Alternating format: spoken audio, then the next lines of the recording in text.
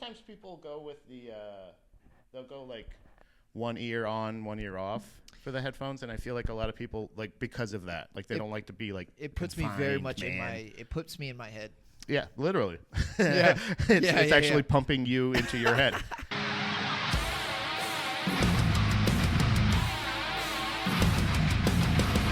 Speaking of who you are, that's Cam Bertrand, a friend of mine, personal friend from all the way back in Tampa times. I like that you pointed this way, like Tampa's this way. Well, it's right there. Oh, the lightning. Okay, fair. I thought you were just pointing. I was hoping I was gesturing. Wise. Yeah, I probably gestured more towards the cat picture there by accident. I'm still getting it, but isn't it how crazy how this is a very okay sign, but if you flip your palm, we can only put this on Twitter. No, you're actually my first, I think, like close personal friend in comedy. When I first started comedy in Tampa. But we both ended up here in Austin, and I'm so happy to have you here because I knew a topic I wanted to talk to you about music-wise right away. Hell yeah. It's a thing that we've been... Bluegrass. Yeah. How do you feel about George Clooney's classic, Oh Brother, Where Art Thou? It's my ringtone? Yeah, just go, huh? I should have won a Grammy. Sorry about that. No, actually, something of a bit of contention of ours starting out. You were always a huge Kanye West fan. All right, well, thank you for having me. This was a lot of fun, dude. At the time, for context, this was over 10 years ago. We met, and you were like, and I remember thinking, and I'm not saying this is not a I told you so, Cam. That's not the episode. But I was always a person that was like, I don't know, this guy seems kind of unhinged and weird. And you're like, I don't know, he's an artist. And at the time, he was a very prolific artist. Since then, how has your opinion of Kanye West changed? I feel ambushed. We don't have to talk only about this. I thought we were going to have a good time. This is the jumping off part. Hold on, let me get the spotlight. He's still yeah, this feels like an interrogation. But no, that was the thing that it was always funny, like that I was like, I don't know, this guy's a weirdo. And you're like, and it was good music, but I was like, you're like, yeah, but he's doing such good music. And then this thing, and you told me like, the lore, like almost how wrestling fans talk to me about wrestling sometimes. Like I don't know a lot of the storyline. They're like, sit down. So like, obviously since then he put out that one commercial during the Super Bowl that was weird.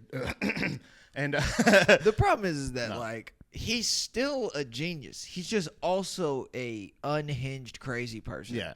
And you can justify it up to a certain point because you're getting good art out of it. But once you stop doing good art, now you're just a crazy person, right?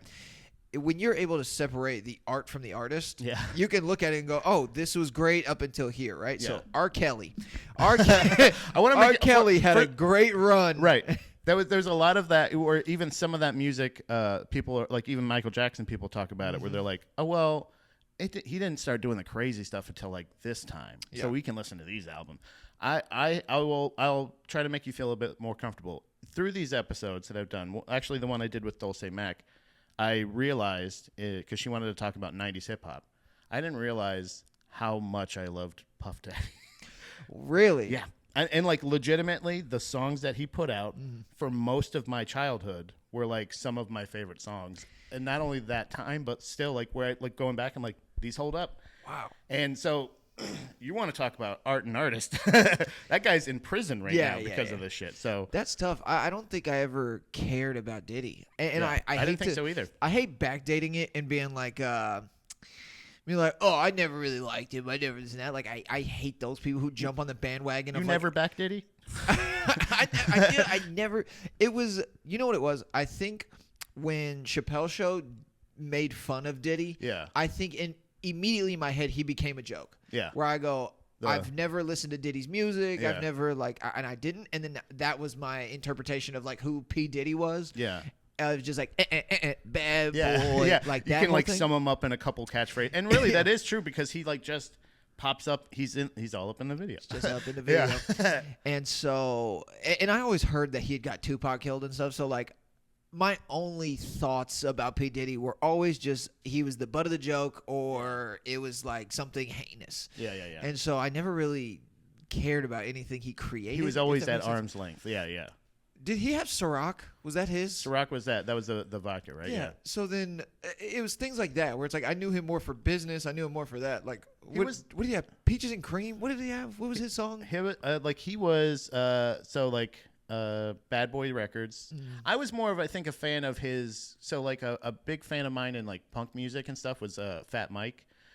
He's the lead singer of this band NoFX, and he kind of had his own record label, and then started kind of signing what ends up being a lot of my favorite bands. So not only was Puff Daddy somebody who did he was a soundtrack king in my opinion. I loved his work on the Godzilla soundtrack.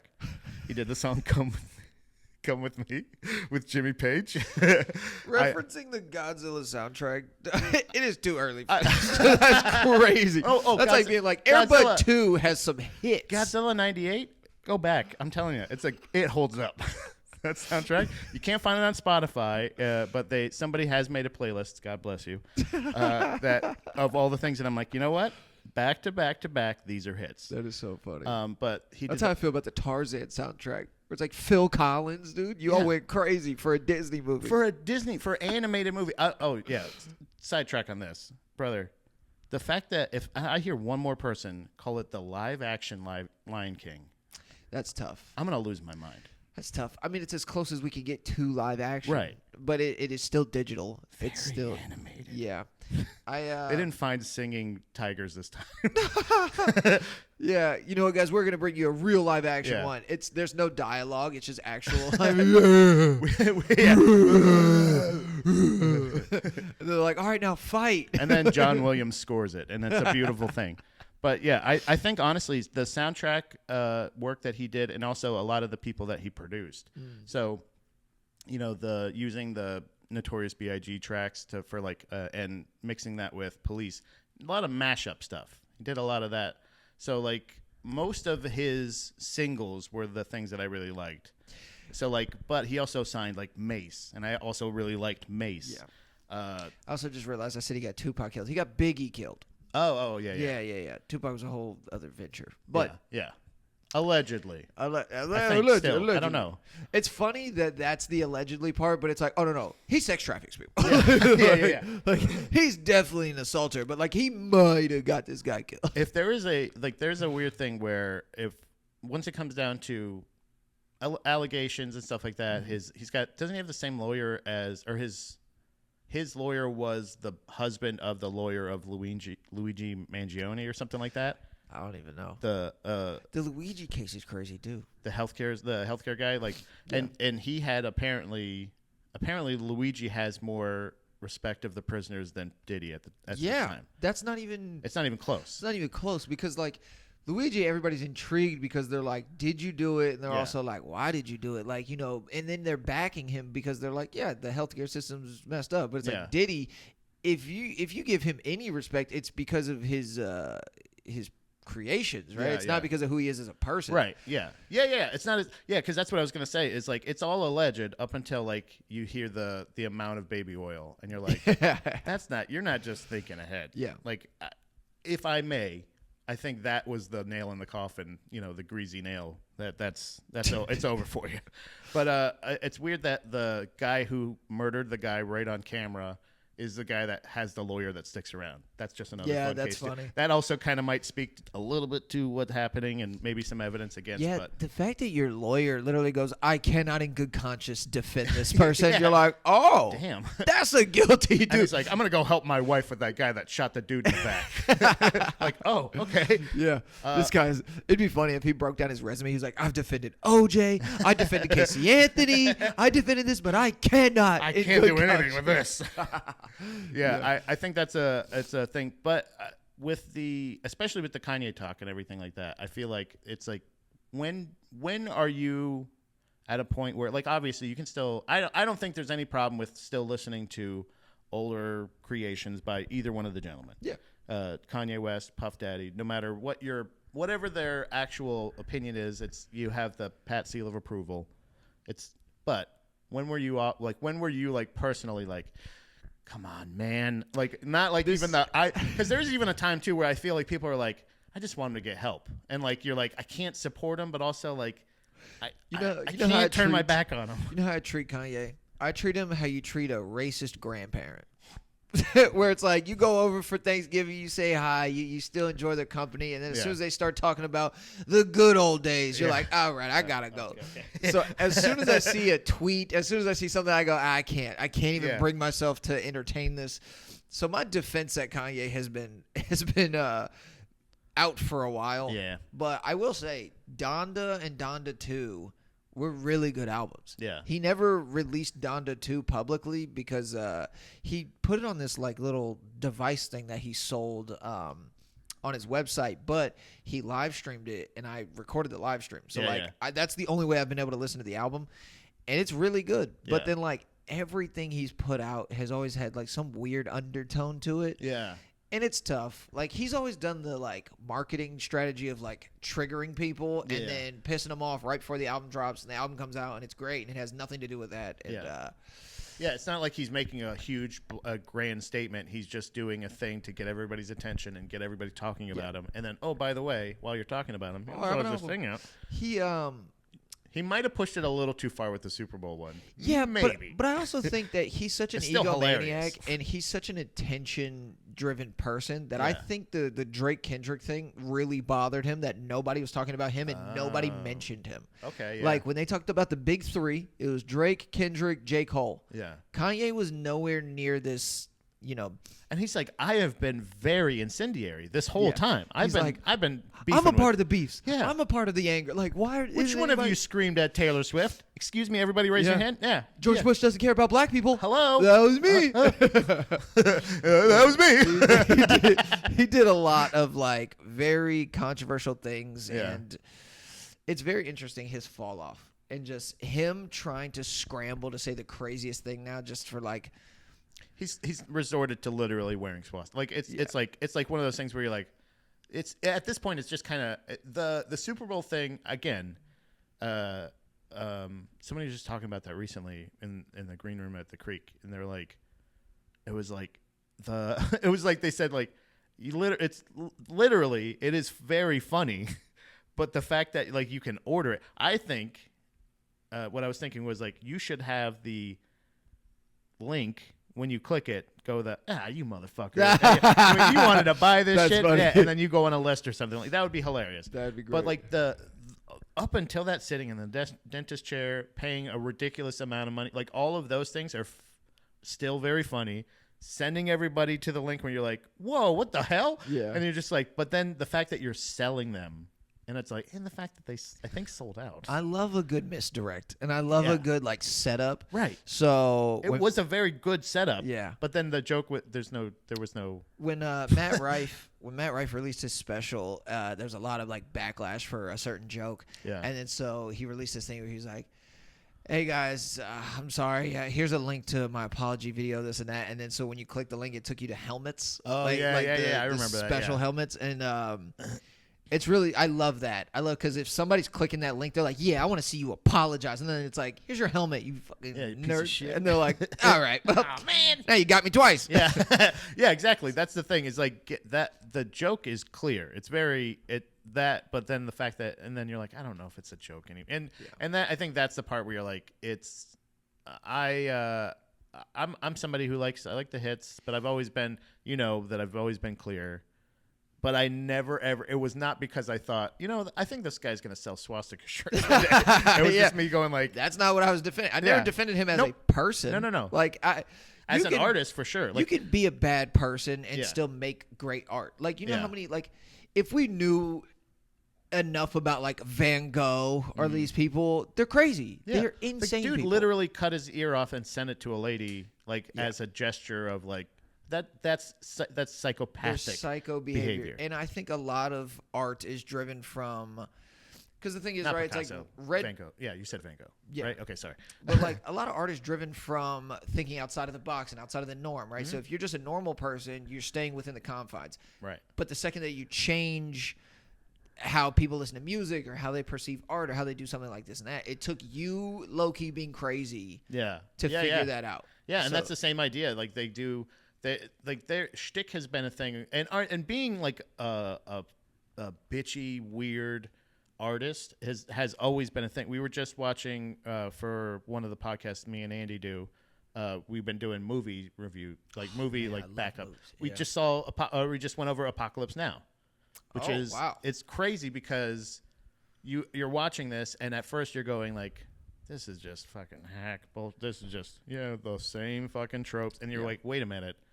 This was the movie that created all those tropes. Stuff, that created all that thing. And then there's a great documentary about the movie called Hearts of Darkness, which is made by his wife, the director's wife, Coppola's wife, because she's like, first of all, I think it was just a good excuse for her to get over into the production because they're in the Philippines. Yeah. And ended up being 238 days of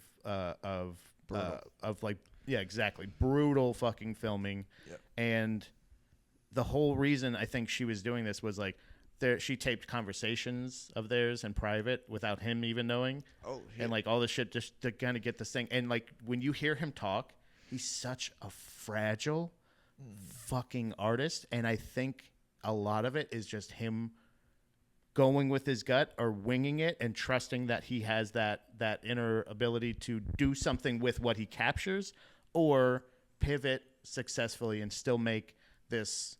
It goes almost 3 times their budget. It goes all this other shit. And you just hear him and it's that's, I mean, aside from I'm sure plenty of Kanye rants, if you play them back to back, you're like, man. And then you look at the thing that they put out and you're like, I mean, who can argue this? And then you're like, oh, when he starts bringing the hate he symbols. Has certain. Then you're like, hey, I actually know that's wrong. The problem is, this is how well I understand Kanye, because part of his brain I do have. It's the thing of it's the ADHD thing, but it's also wanting to be so understood, but it's too much information in a short amount of time. So when he does a Rogan interview and it's 4 hours, it's like anybody else in 4 hours could get off their opinions and their thoughts and you'd understand them a lot. Yeah. But he's trying to cram 12 hours of a conversation into 4. Yeah. So he's like, and then this thing, and it's like he's not explaining them properly. He's not linking them correctly. Yeah. They're not connecting to you but there is a connection. There's a connection. You just got to let me get there. He will say a crazy thing, one, because yes, it's clickbaity and it's triggering, but he'll also say it because it's he's like, I'm saying this, but I don't mean this. Yeah. I mean this, but as soon as you hear this sentence, it's the slavery was a choice. When he said that, everybody was like, you're an idiot.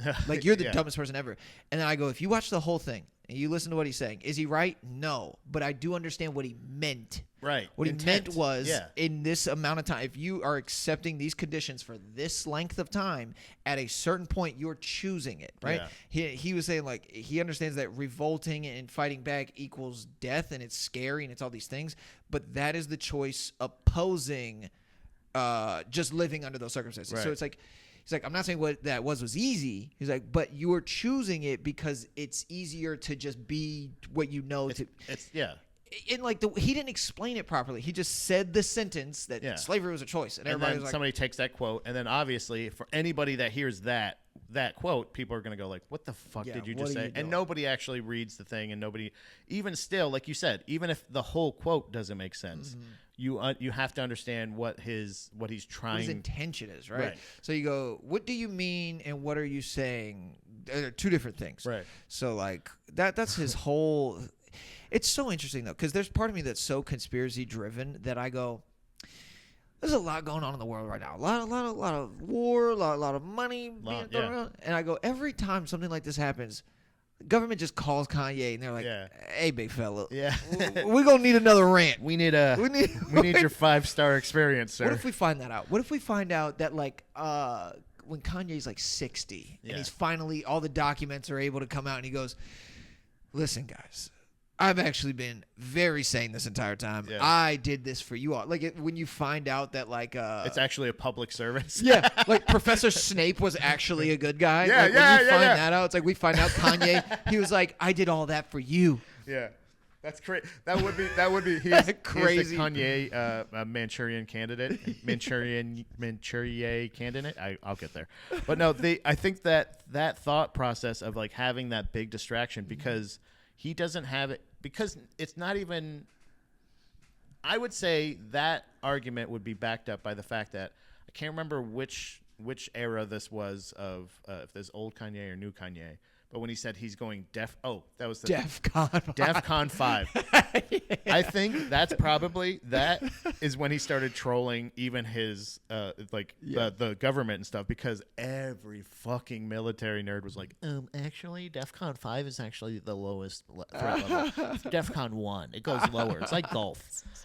I didn't even know that. I thought 5 was crazy. Like when he said 5, I was like, I'm going DEFCON 5, and you're like, it's actually the lowest. It's like saying everything's fine, like back to normal.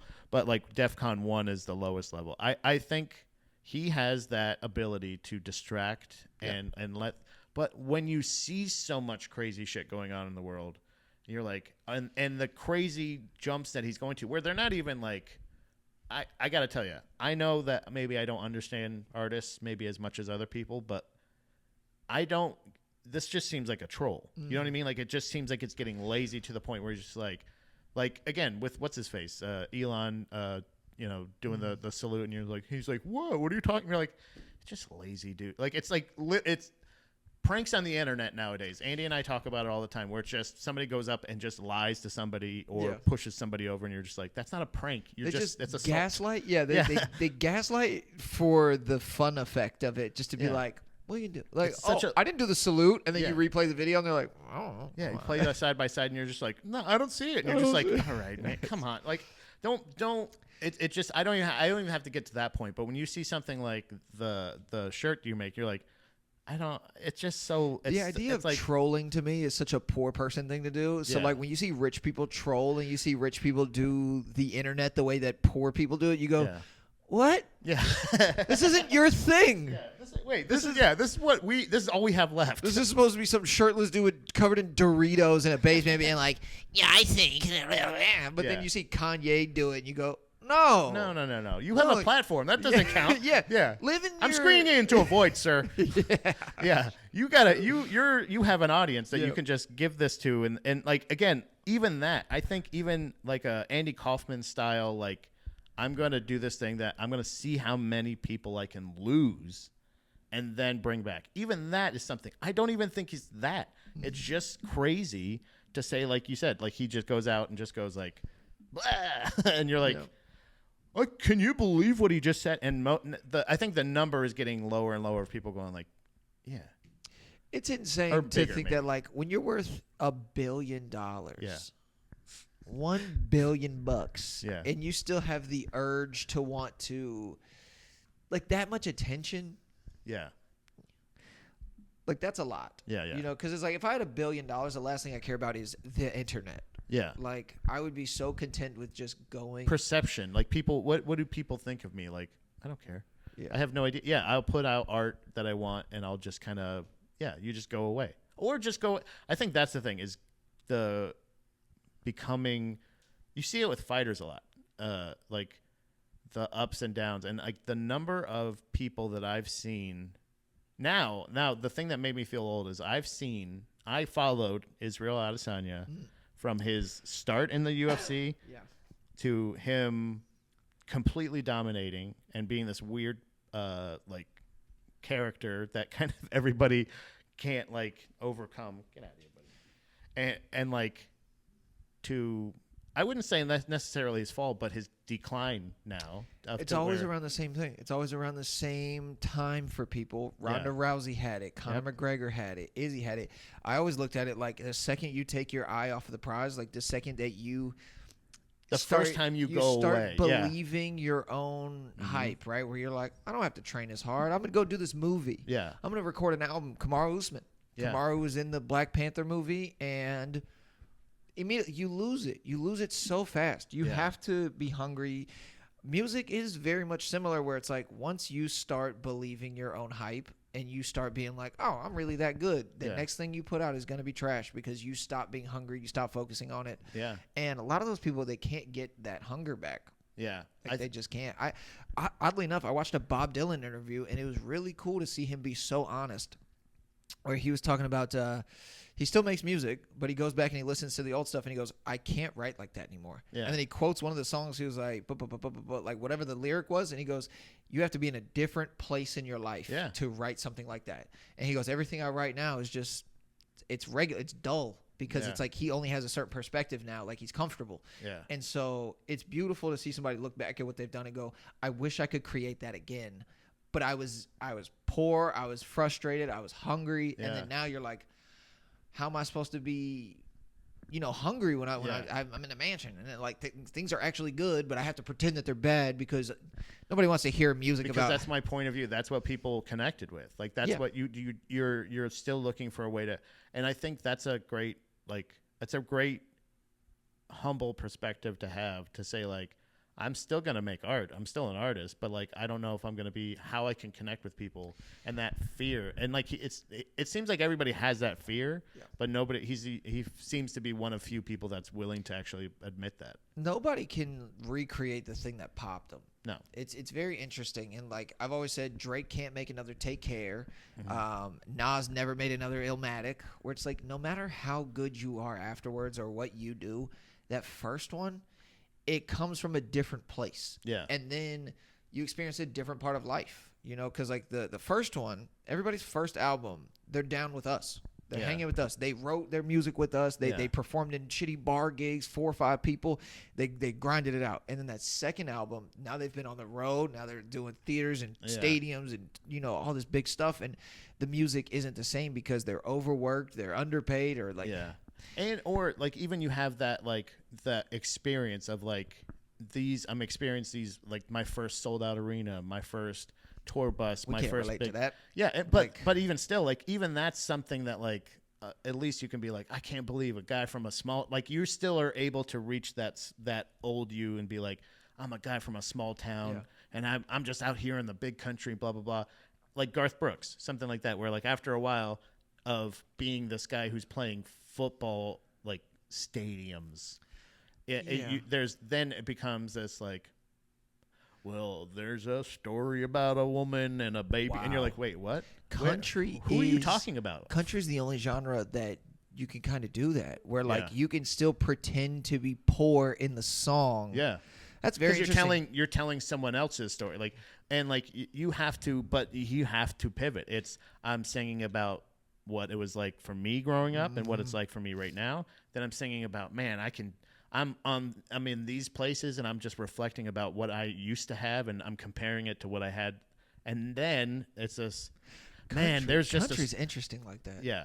Where it's and I think that's why a lot of rappers are learning to go like, wait a minute, like Beyonce, not a rapper, I understand. But but like a lot but people are like, if I can take like this ability, this thing, a lot of punk rockers will go to like folk music, like Jelly Roll. Jelly Roll went from rap music to country. Yeah, and it makes sense. And like country is a more sustainable career. Like it just is. You can listen to a 50, 60-year-old country guy, and it almost gets better. Yeah. The older you get, the more it's wise man, whatever. But like you see this guy, 50, 60-year-old rapper, you're like, all right. You see a guy with feathered hair, makeup, beautiful tight pressed jeans, all this other thing, and then he just goes like, I'm just a working man. And you're just like, what? Let me see your hands, friend. So I because at some it's just what they represent. I think they're willing to like do that, whereas like that's maybe separating hip-hop, the art from the artist. Yeah. Yes. Yeah, exactly. Yeah. You know that this Larry the Cable Guy is a rich man. Very rich man. But then you hear his comedy, he's like, would you believe if I went down to the record store and yeah, can you believe that my grandma's got moles on her ass? You're just like, I don't know. Like at this point, if you're a creep, you're like a millionaire. Are you just making your grandmother like take her clothes off in front of you? Now we're getting into that weird Illuminati style like thing of like, we're not art and artists anymore. Now we're at like, what the fuck are you talking about? Yeah. And you become so disconnected. Yeah, I think that's actually a really good point to say. Taking the art from the artist in some genres is standard. You need to like in country. You can't think that Kelly Clarkson is still like going through the same troubles of like going up to a jukebox or something. You know what I mean? Like Yeah, the struggles aren't the same, but you hear the song and you respect it. But like, it's interesting how we will take that away from another art. Yeah. Right, so it's like rap music. So Tekashi 6ix9ine rapping about all this hardcore gangster rap music, and then the second that people found out that he snitched, everybody's like, "Oh, everything you said is a lie." Yeah, and it's like, yeah, we're all lying. Yeah, you think Drake has murdered people? No, but he says it in a song. Like he's Canadian. Yeah, yeah. I think that's a great. Yeah, that's the thing of like you can't. They're all artists, no matter what. Like whether it's Johnny Cash, whether it's fucking Puff Daddy. Yeah. Guess what? Johnny Depp isn't really a pirate. Nope. You know what I mean? Yeah. So Wait. then it's like if really Plies got basically people stopped listening to Plies because they found out that the songs he was rapping about weren't his life. It was actually he was talking about like his brother's life. So he'd basically sit down with his brother who's in prison and be like, "So tell me about this." And then he'd write all the songs and he'd go, "Okay, yeah, I'm gonna rap about that." And then everybody was like, "Oh, you're singing about somebody else. This sucks." You don't have a ghost writer, you have a ghost lifer. yeah, that's not even the same. Yeah, I think that happens a lot with who was the guy? It's the same name. Oh, Freeway Ricky Ross was the drug trafficker that worked apparently I think had worked with the CIA I think to distribute crack, or was pursued by the CIA, whatever it is. His story and his exploits or whatever, like Rick Ross just took his shit. He's kinda, like, I'm gonna do that. Yeah, wasn't Rick Ross a prison guard? Yeah, he was a corrections officer. He's the exact opposite. So it's just one of those things where you go like, look, everybody is either, it's like comedy. Either you're exaggerating things for effect, or you're just being factually. You're being very creative with the facts. Let's say like you're not overtelling certain parts, and then other parts you're like, well, you know. It's also interesting too, where it's like the people who are like, they didn't really live that, he didn't really do that, and you go, okay, so for your backing, for you to be like, oh, he really lived that life, that guy has to do or live all the things in his songs for you to respect them. Yeah. And so the guy who's like, I'll murder somebody, then he has to murder somebody for you to be like, he really meant that. Where it's like, or I could just make this song and you go, you didn't really do that. And I go, but is the song good? Yeah. The song sounds good, right? Okay, well, because I'm supposed to throw my life away so that I can prove to you that I am that guy. Like, yeah. I think that, and when we see that happen, if that ever happens in real life, it turns into like a Conor McGregor thing. Yeah, the double standard's crazy. Oh, you're just ruining your legacy now. But then have you ever seen a celebrity get caught with a gun? Yeah. And immediately everybody's like, why do you have a gun? You shouldn't have a gun. Yeah. Like you should have somebody with you that has it. Stupid. That's stupid. You got a guy on your team you can pay to take They'll that. take the charge. Yeah. What are you? But like, they feel like they have to carry the gun, because if they don't carry the gun, then everybody's gonna be like, you're a fraud. So then they carry the gun. And everyone's like, you're stupid. Yeah. Like, there's no winning. Yeah, there's never any winning in life or just in art or in general.